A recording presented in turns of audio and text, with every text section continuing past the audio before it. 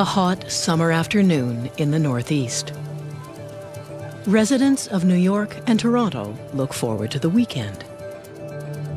No one could predict what is about to happen. Doors shut quickly at City Hall. Nobody was allowed in because the metal detector... Massive power blackout hit the United States and Canadian cities, closing nuclear power plants. 100 power plants shut down and 50 million people in 2 countries. Emergency has been declared in New York State. Mayor Bloomberg of New York City... In a matter of seconds, 50 million people simply fall off the grid. Phone lines and water systems fail, and thousands of people are trapped in elevators and subways. People start to panic, like we couldn't breathe. It'll be okay, honey, it'll be all right. It is August 14th, 2003, and the largest blackout in North American history causes $6 billion in damages. The official cause? Overgrown trees on power lines. But there's more to this story than troublesome trees. Just 3 days earlier, on August 11th, someone, somewhere, released one of the most damaging computer viruses ever written. Blaster.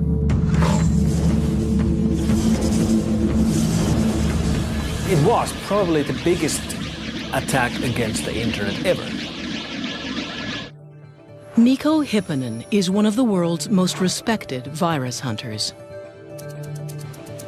It is here, at F-Secure, an antivirus lab based in Helsinki, that he and his team first identify Blaster when it hits the internet. What astonishes Mikko is the impact the virus has on the physical world. Blaster was the first worm that really showed that an attack like this can affect society and the normal life. Air Canada passengers were frustrated by long check-in lineups today after a virus overwhelmed some of the airline's computer networks. As Blaster explodes across the net, Air Canada's check-in system shudders to a halt. And 3,000 kilometers south, Amtrak and CSX railroad services are disrupted, delaying train routes in 23 states. We saw planes stopping and trains stopping and boats stopping. We saw infections with military installations. And then, of course, 3 days later, there was the US blackout. Did a computer virus somehow contribute to this?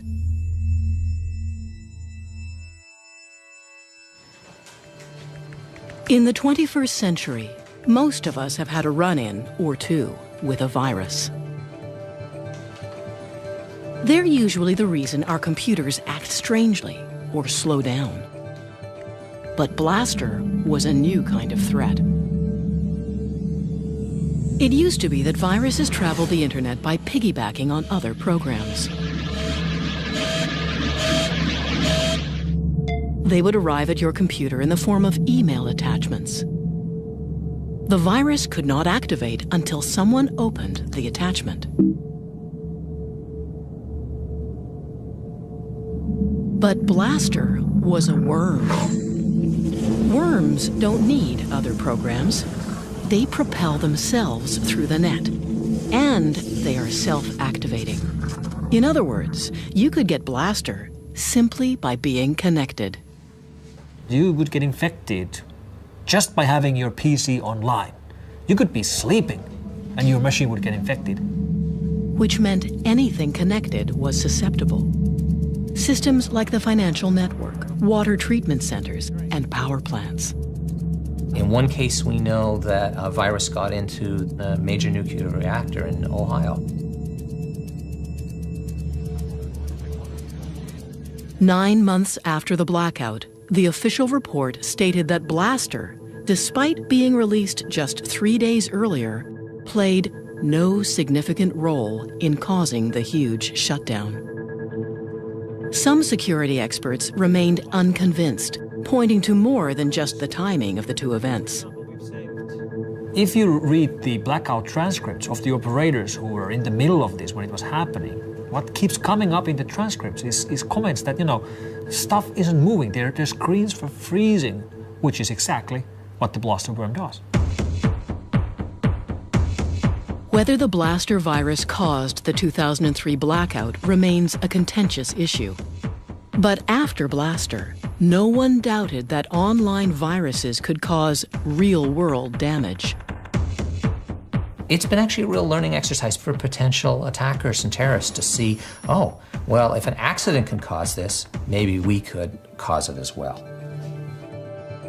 Eric Byers is a former instructor at the British Columbia Institute of Technology. He researches the dangers of connecting critical infrastructure to the internet. There's no question that you could build a virus to take down the critical infrastructure. For example, our power systems, our water systems, our transportation systems. If those go away, then our life radically changes. Today, most critical systems are connected to the internet. And the computers these utilities use are the same Windows-based PCs that you might have in your kitchen. 95% of the machines are running Microsoft Windows. So when you have some sort of a worm or a virus or some sort of threat spreading that affects Windows, it spreads like wildfire.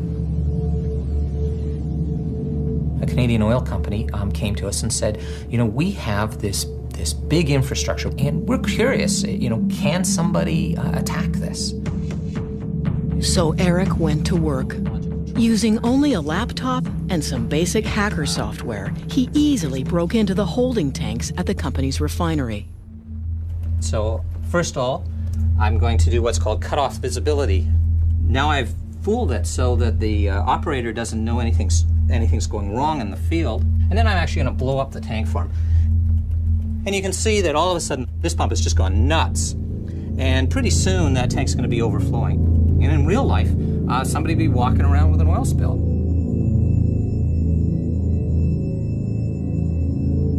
I wish that I could say, nope, all our critical infrastructure is secure, but it's not. If connecting power plants and oil refineries to the internet is putting them at risk, why not leave them unplugged? For business reasons, for business efficiency. Mary Kerwin is a security consultant and a columnist for the Globe and Mail. One executive interviewed said that he thought it was fine, it was worth taking the risk, so they'd have an edge on the competition by having these open and secure hookups between the utilities and the corporate network. The problem is, the internet was never designed to be secure. It was never actually built to do a lot of the things we're using it for right now. It was not meant to be an engine of commerce. It was not meant to hold your banking information. In the late 1960s, researchers began developing a network that could share information between computers. In the 90s, it went public and exploded. It was no longer just a handful of scientists on the internet, it was now anyone with a modem. When you have 25 people on a network, you can be pretty sure they're going to play well. But when you have a million people on a network, you can be pretty sure that somebody is not playing fair. There are no secure computers. There are no secure networks. Amit Yoran is the former director of cybersecurity within the U.S. Department of Homeland Security. I think sooner or later, we are going to be hit by a cyber failure that will affect either our nation's infrastructure or international infrastructures in a very significant and harmful way. So the implication is that somebody remotely managed to gain access to these control systems and does that type of damage and leaves the economy at a standstill, essentially. Because without our ability to bank online, to make a phone call, to switch on the lights, we're literally in the dark.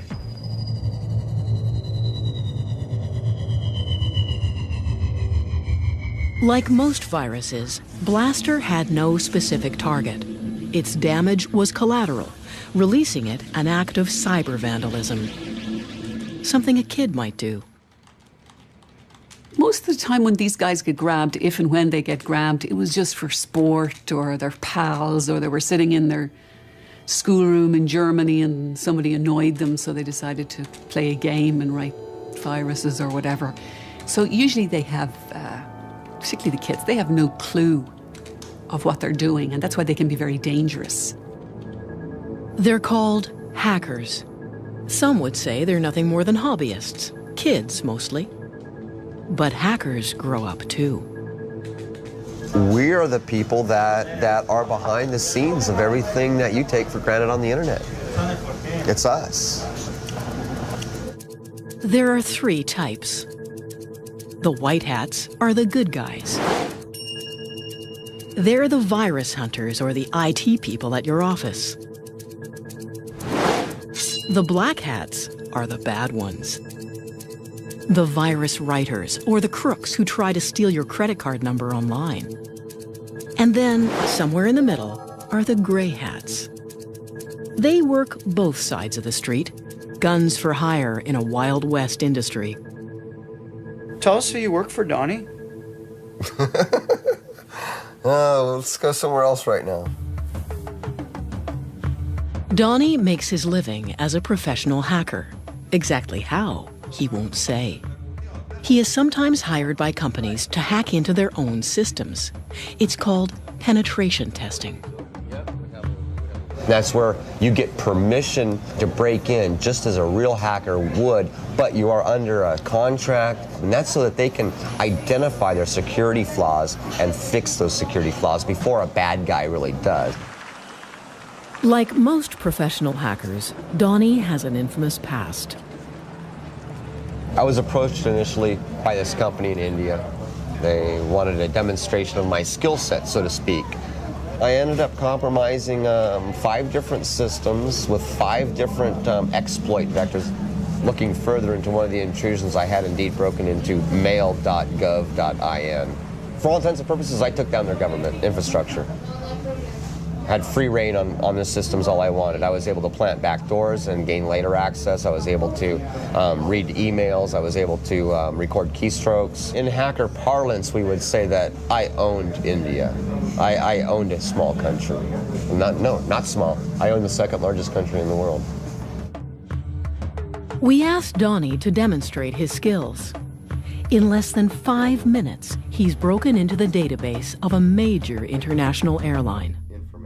So basically, I'm one step away from grabbing all of the reservation information, all of the user information, which would include your name, your address, your telephone number, your credit card information for verifying your flight. With power like this at your fingertips, we wonder what potential damage a group of dedicated hackers could cause. We could certainly shut down the United States critical infrastructure, I would assume probably within a day. Dedicatedly, I would give it 1 week of research, 1 day to take it down. And that means what? What is the... That means taking out the power grid, it means taking out the communication power, it means taking out probably the military capacity of the United States to function properly. We'd probably go into a police state at that point. Is that an exaggeration? No, I don't think so.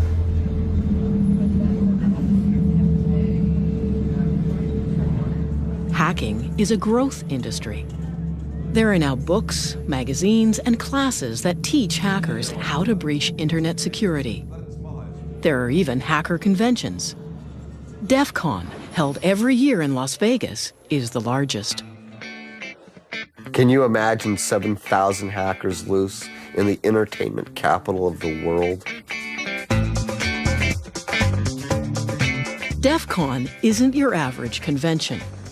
It's cash only at the door, which isn't such a bad idea. With 7,000 hackers afoot, it's probably the last place you'd want to use your credit card. Well, DEF CON's been going on a long time now, various degrees of notoriety, hacking their badges and hacking each other and hacking each other's cell phone, and can be a dangerous thing to attend. At DEF CON, you can learn how to pick a lock, electronic or otherwise, or how to hijack a digital billboard. And though most attendees are hackers, there's also more than a few federal agents. In more recent years, you have so many undercover FBI agents that it's hard to tell law enforcement apart from the real deal. Depending on who you talk to, the FBI are there to either spy on the hackers or recruit them. We seek out the rockstar hackers to find out what the cutting-edge threats and vulnerabilities and tomorrow's issues and problems are, because they know. Somebody told us it's easy to spot the FBI. They're the guys over 35. And today, with software designed for children as young as 6 months old, a new and far younger generation of hackers is right behind this one. In the shady online world of the hacker, there is no one more notorious than Mafia Boy. A surprise move today by the Montreal teenager known as Mafia Boy. He admitted in court he is the hacker who crashed several popular websites last winter.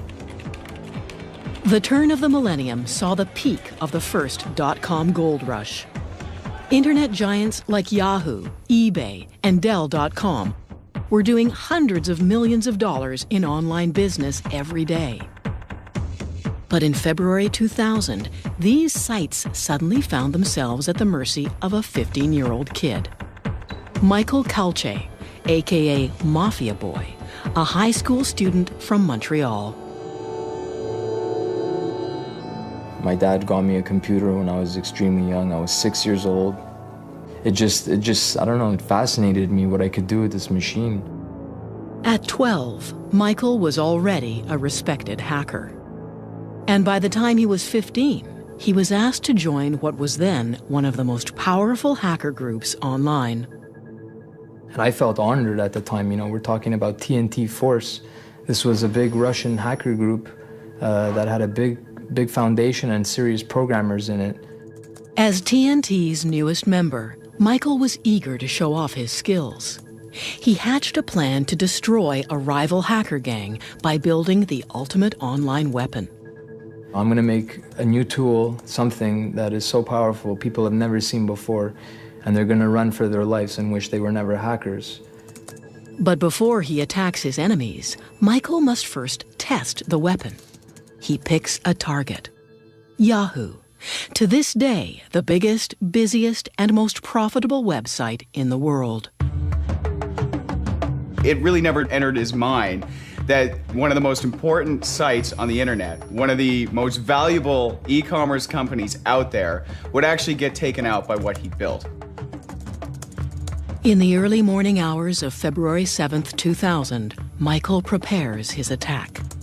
He puts the weapon on a timer, thereby creating an alibi, and then heads off to his grade 9 classroom. So he's sitting in a classroom, the teacher's talking, and Mike isn't paying any attention because all he's thinking about is 3, 2, 1, it's launched. And at 10 a.m., what is still the largest internet attack in history begins. I got home, I was just dying to get on the computer and see exactly what the results were. And I realized it was more than successful when I got home because Yahoo.com was still down. Michael's weapon launched a direct assault on Yahoo computers. It was called a denial of service attack. Every time you access a website, you make a request from that site's computers. What Michael did was harness the bandwidth of dozens of larger computers, mostly from universities in the US. By turning them all onto Yahoo and making millions of requests every second, he crashed Yahoo's site. It's like if you call a pizza place and the phone is busy, it means that they're dealing with too many phone calls. Same thing. I bombard them with so many requests, they're just offline. Even today, there are very few defenses against this kind of attack. After seeing Yahoo collapse, Michael got a little carried away.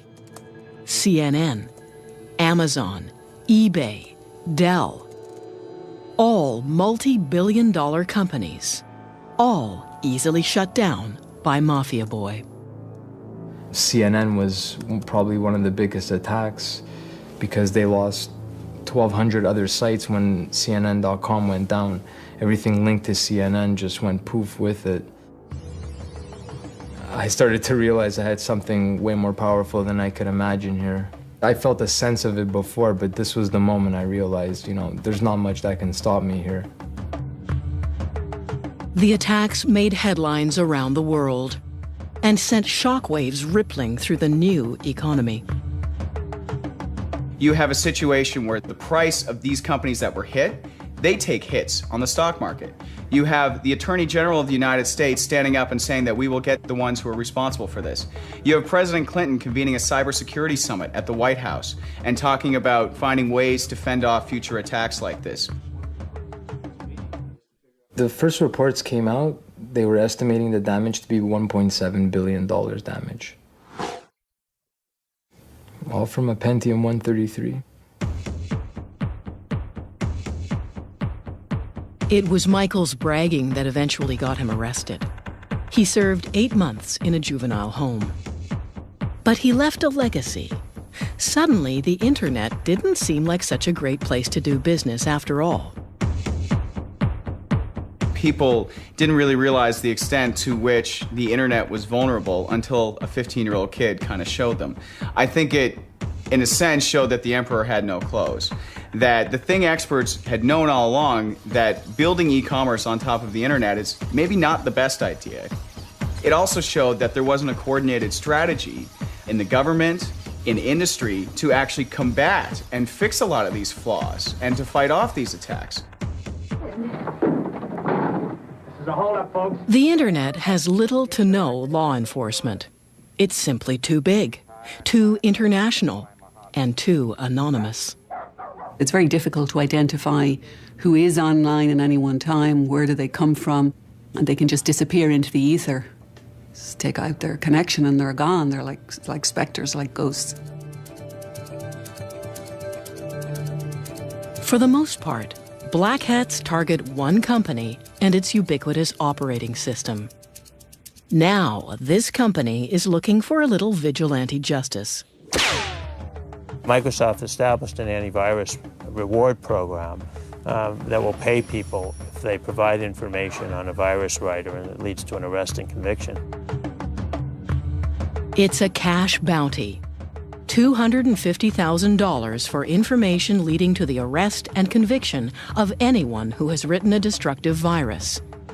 We asked Donnie if he was up for the challenge. I don't know if it's entirely possible. It's really, really hard to identify the creator of a piece of code. A piece of code can be as small as 4 lines that anybody could type out on a computer anywhere. If I were to successfully track someone down and actually be able to obtain this bounty, so to speak, $250,000 would be enough to secure my future. His target? A Microsoft Word virus. So called because it hides inside a Microsoft Word document that the author then emails across the internet. Where Blaster was mindlessly destructive, simply flooding the internet, the Microsoft Word virus is much more sinister. After infecting a computer, it begins to collect documents. It then sends these documents back to the authors of the virus. The range of documents being collected concerns Donnie. CAD drawings for computer-aided design, spreadsheets, PDF documents, architectural and machine blueprints. The nature of the data that's being taken, to me, it goes straight to our critical infrastructure. It goes straight to the core of the United States military. And the virus is known to have targeted power systems and government agencies. It is, literally, spyware.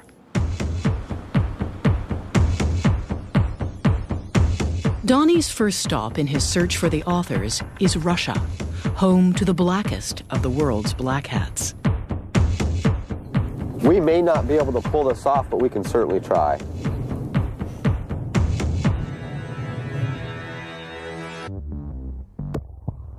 In the past few years, hackers and their viruses have evolved. Mischievous kids are no longer the main problem. Now it's all about the money. And viruses are designed expressly to steal your data. In the good old days, all the viruses were written by, hobbyists, and geeks and nerds in their basement for fun, for fame, really. And that started changing 5 years ago or so. To professionals and criminals, people who do this to make money, even people who make millions. And while thieves used to break into your house, these days it's much easier for them to break into your computer. What they're looking for is personal information, credit card numbers and banking details, anything that can be sold for quick and easy cash. A hacker recently told me that identity theft is a great new career. It has great benefits. Why would you make minimum wage when you can stay in the best hotels and buy big screen TVs with somebody else's money? Today, TJX announced the theft of millions of credit card numbers and other personal customer information. In 2007, TJX, a department store giant with over 2,000 retail outlets around the world, found themselves the victim of the largest known internet theft to date. Attackers broke into their systems, probably over an insecure wireless network, and basically had the run of their network as far as we can make out for as much as 18 months, maybe even a few years, we're not entirely sure. Hackers downloaded credit card numbers, millions of them. The exact figure will probably never be known. Initial estimates of the numbers of individual credentials was around the 45, 46 million mark. In more recent filings, we believe it may be as much as 94 million. And credit cards aren't the only thing thieves took. Initially, we thought it was just credit card, bank card details. Over time, we discovered there were driver's licenses as well, which is much more significant. You're getting into pieces of identification that can really allow identity thieves to build identities from the ground up. The thieves were able to break into the system by using a hacker trick called war driving. Basically driving around with a laptop and a homemade antenna, often just an empty Pringles chip can covered in tinfoil. Hackers use this antenna to search for unprotected wireless connections. Once they find one, they break in and steal everything on your computer. I've known people who remain nameless who do this for fun, and what they're doing is trying to spot open wireless connections. And they will show you sometimes on their computers the number of, in some cases, Fortune 500 companies perhaps that may have open network connections. Finding open connections isn't difficult. Nowadays, they're almost everywhere. I've seen it in banks, at the airport all the time. You'll see the ticket counter have an open wireless port. Which makes catching the thieves almost impossible. Because they're wireless, the hackers are constantly in motion. The only way to catch one is in the act itself. Lowe's is a large retailer of building supplies with huge mega stores all over mostly the United States. And they recognized that somebody was hacking into their system. So they called in the FBI, who deployed a couple dozen agents in a store in Southfield, Michigan. And the agents, were so unaware of what was actually happening, they thought that somebody was walking into the store and plugging into a network connection in the wall. But an agent on the roof noticed that there was a beat-up old car in the parking lot with a Pringles can covered with tinfoil. And they said, maybe we should investigate that. And sure enough, the driver of the car was hacking into Lowe's in order to steal credit card information, which was then to be sold to Russian mafia in Detroit. Donnie shows us how quick and easy war driving is. In the past 5 minutes, the bell has gone off, looks like about 64 times. And what does that mean? 65. That means that we found an access point. So I'm connected to somebody's wireless right now. If we were, let's say, someone with malicious intent, now I'd be able to go to, whatever website or send emails so we can see that. Leaving your wireless open is just another avenue of attack that a hacker could use. War driving isn't the only easy-to-learn hacker trick. Nowadays, the internet is bursting with hacker toolkits. These kits are essentially highly developed and highly illegal bundles of programs that allow even the beginner to become a junior cyber thief. If you're looking for a hacker's toolkit, you can just download them off the web. There's lots of them out there. They're easy to find. Most of them, in fact, many of the best are absolutely free. For example, there's some virus writing kits I was showing a little while ago. You basically select the type of virus you want to write, and it builds a virus. Nowadays, you don't need much skill to become a cyber criminal. You just need the software. I don't think that it's ever been easier to launch an attack that can cause damage or that can steal sensitive information. It's a Google search away. It doesn't make that person a hacker, but it certainly makes them dangerous. With the abundance of toolkits, you'd think you'd hear about cyber attacks more often. But some companies choose to keep that information to themselves. If you have a cyber incident, traditional best practice is cover it up, right? Don't tell anybody about it. Currently, there are few laws that force companies to disclose cyber criminal activity, and most organizations aren't that eager to make their customers nervous. They don't want their customers to know that 10 million credit card numbers got stolen. They don't want to have to disclose that. They don't want their stock price to take the hit. It's important for security researchers out there to be able to share data and to see how attacks are evolving. But if companies won't even admit they've been attacked, let alone show how it happened, how are we supposed to get better? It's a real problem. Once thieves have your information, they sell it to the highest bidder, often advertising it in a thriving online black market. That's the biggest development in internet security in the last 2.5 years. Has been the advent of markets for identities. In the black market, working credit card numbers go for as little as $1 each. There's sampling, just like there's in the drug trade, where they'll give you 10 to test, and then you test them. Oh, they're all good. I could actually get money out of them or buy something with them. And full identities, which can include social insurance numbers and addresses, sell for as little as $5. There's been cases where kids have made up to $150,000 in 6 months from various types of credit card fraud and phishing schemes and have gone on a spree of electronics buying. In the past few years, cybercrime has exploded. Some reports put it on a par with the drug trade. And a 2006 survey found it was more costly to businesses than conventional crime. And most of it comes from one place. When you think today about, what's this sort of country of hacking right now, I think most experts would point to Russia. A few years ago, the Russian mob, sensing a unique opportunity, went online. And why not? It was less risky than traditional crime, and the internet allowed the mobsters to go international. All they needed was a few programmers. You have actual organized crime in Russia recruiting promising young programmers and other technical people to work in a cybercrime syndicate. These Russian syndicates are responsible for the bulk of viruses and hacker exploits released onto the internet every day. It took 20 years to go from the very first viruses to 250,000 viruses. And that's where we were in the beginning of 2007. By the end of 2007, we were already at 500,000 viruses. So we effectively doubled the amount of all of the malware in one single year. Because of this, internet security has become a booming business. In the past few years, antivirus labs have sprung up all over the world. Kaspersky in Moscow is one of the biggest.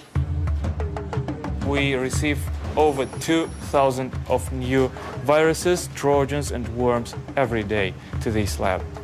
In order to provide constant and non-interrupted protection, virus analysts have to work every hour, every day of the week. We have a special name for them. They're called woodpeckers. That's because they hammer their keyboards very fast.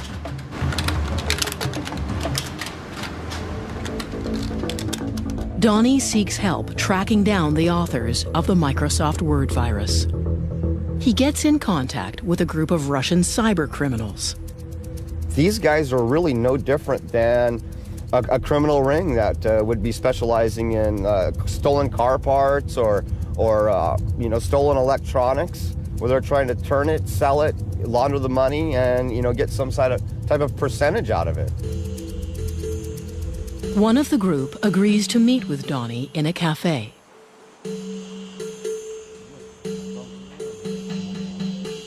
The Russian tells Donnie that he's part of a hacker crew that works primarily as carders. They steal credit card information and then sell it online.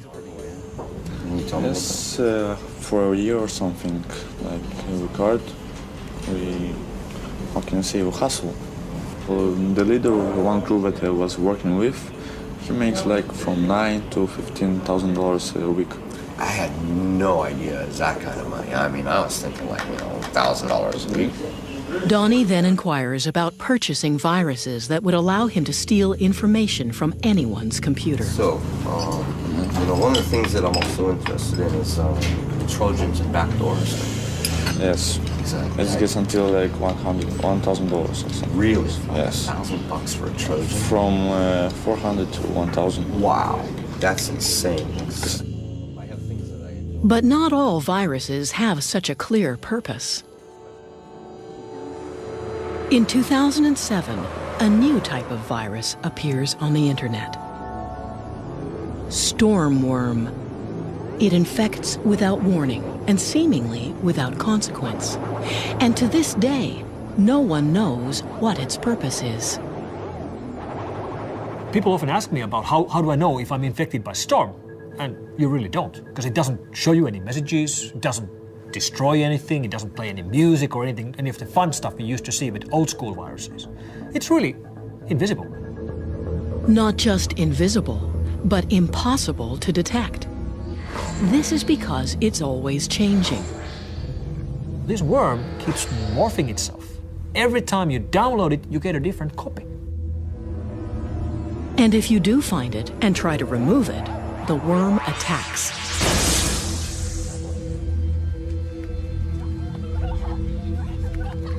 But the biggest reason Stormworm is making headlines around the world is that it turns a computer into a so-called zombie or robot. The author of Stormworm can then control your computer, now a zombie, remotely, without you knowing.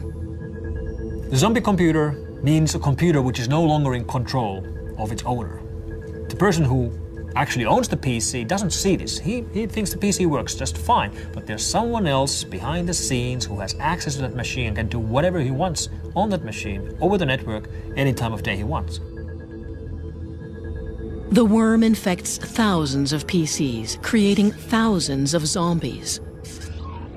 The author of the worm then links all of the zombies together, creating a robot network, or botnet.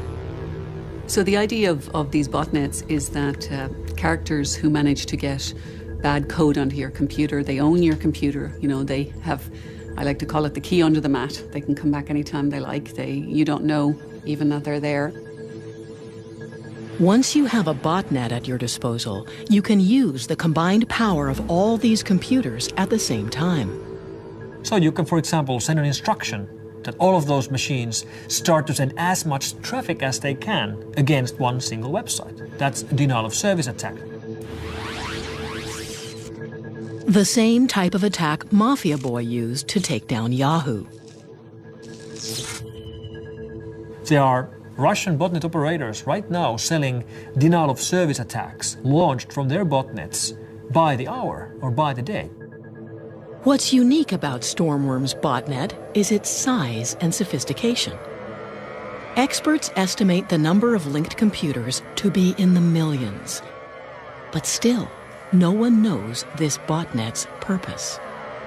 Estimates are that it alone has infected 50 million machines, and it has not been used for anything. So there's this hovering, literally perfect storm of potential attack. So the concern is that the Stormworm has created all these compromised computers that in themselves create a kind of almost a massive supercomputer. And that if very bad people have control of this, they may be able to do very bad things on a very, very big scale.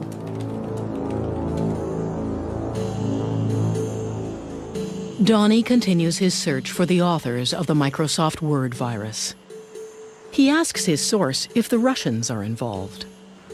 they're getting like CAD drawings and design features from companies like that are making like missiles, that are building like subcontractors for the army. It's a hack. We don't get into it of people that do it. So I don't know nothing about it. So you don't know anything about this Microsoft Word virus? I mean, some people tell me, this stuff is coming. The Russians are using. And China is, yes, they have the technology and they have everything. So they're the most people who get into hacking stuff like this. They're going for the big things. Big things. Yes.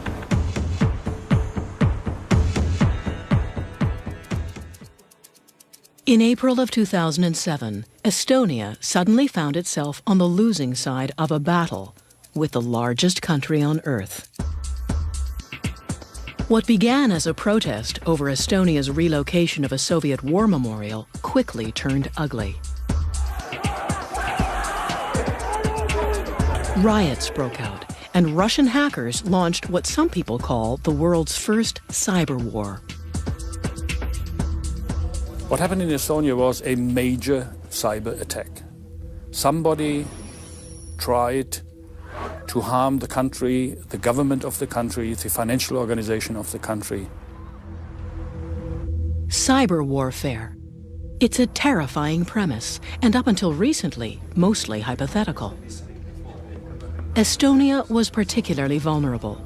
Like Canada, it is one of the most wired countries on Earth. More than 78% of the Estonian citizens are doing their banking business via the internet. In a place where most people bank online, attacking the internet makes everyone a little nervous. Down to the point that people may ask, is my money still in the bank if I don't have access to my money? Within minutes, hackers shut down the banks. They also targeted broadcasters, newspapers, and government offices. We saw the single largest attack against all of the infrastructure of a single country we've ever seen. And it really started to affect the everyday life of people. And though the Russian government denies any involvement, there's no doubt the attacks were politically motivated. We don't have solid evidence that this is related to any governments. However, we have reasonable evidence to believe that this has its roots in Russian Federation. At one time, the U.S. saw Russia as the main cyber warfare opponent. As early as 1998, the country was accused of hacking into U.S. government systems. But these days, America fears a new cyber spy: China. That is the country that we're most worried about. Rick Howard is a retired lieutenant colonel of the U.S. Army. He spent the last 2 years of his career as the chief of the Army's Computer Emergency Response Team, the cyber SWAT team of the U.S. military. China, in their own doctrine, their own military doctrine, says they'll be ready to take on the U.S. by 2025. They're not going to do that tank on tank. That's not what their plan is. Their plan is to go at us with asymmetric warfare, using the internet as part of their attack vehicle. Rick believes that Chinese hackers are currently mining U.S. government computers, using tools that are similar to the Microsoft Word virus. They steal every document on those hard drives. Every Word document, every PowerPoint document, every Excel document, and they bring them back to China. We're talking about millions of documents. Stealing national secrets over the net has replaced old-fashioned espionage. But Rick's greatest concern is that the Chinese military is training and recruiting hackers. The PLA in China recruit hackers from the Chinese population, and they train them in military information warfare tactics. They give them a regular salary so that they can go and try to penetrate U.S. government and other government institutions. In 2007, the U.S. claimed China cyber-attacked the Pentagon. The Chinese government officially denies these claims.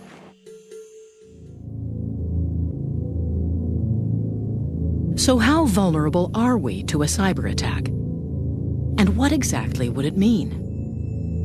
The complete breakdown of financial health, traffic, air traffic, government, structure of a country. You have to concern yourself with the possibility of a digital Pearl Harbor. I think there's always the possibility that a rogue terrorist group were to have a very significant denial of service attack. And if there's anything that people need to understand in cyberspace is that this is hard stuff. You have to take it serious. So if and when an attack comes, are we ready? Donnie abandons his pursuit of the Microsoft Word virus. He reasons that now it's too risky. We're not just looking at black hat hackers, we're not looking at kids, we're not looking at script kiddies, but we're really looking at a coordinated effort sponsored by the Chinese government against not only the United States, but the West in general. He's not as interested in collecting the bounty as he once was. The percentage of it being successful is really low, in my personal opinion. And like a true gray hat, he's already onto something else. So, who are you working for now, Donnie? Not going to comment on that. Fair enough.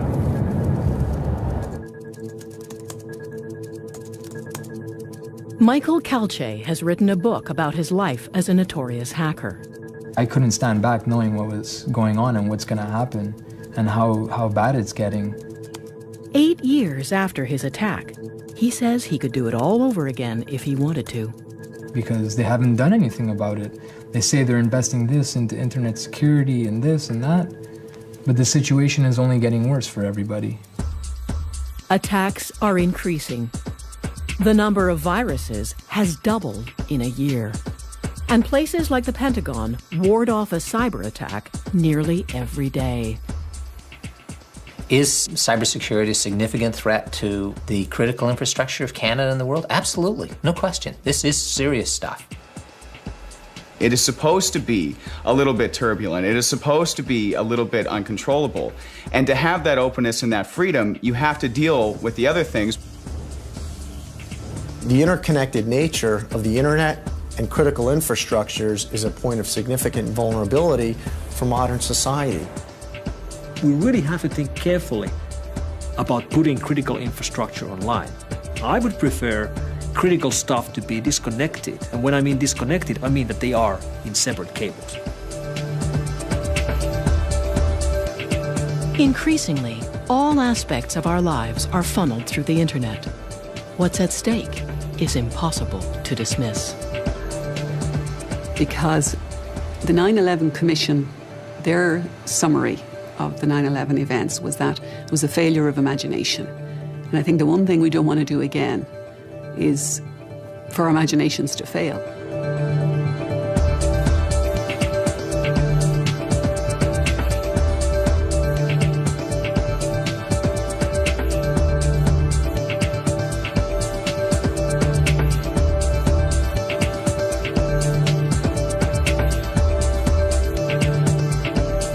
Join us next week for a documentary about terminal illness and the right to die in The Suicide Tourist next Thursday night. And tomorrow, the old school cop is back to investigate a murder that points to the IRA while dealing with a shady character from Special Branch. Martin Shaw stars in George Gently, 8:30 tomorrow night on ABC 1.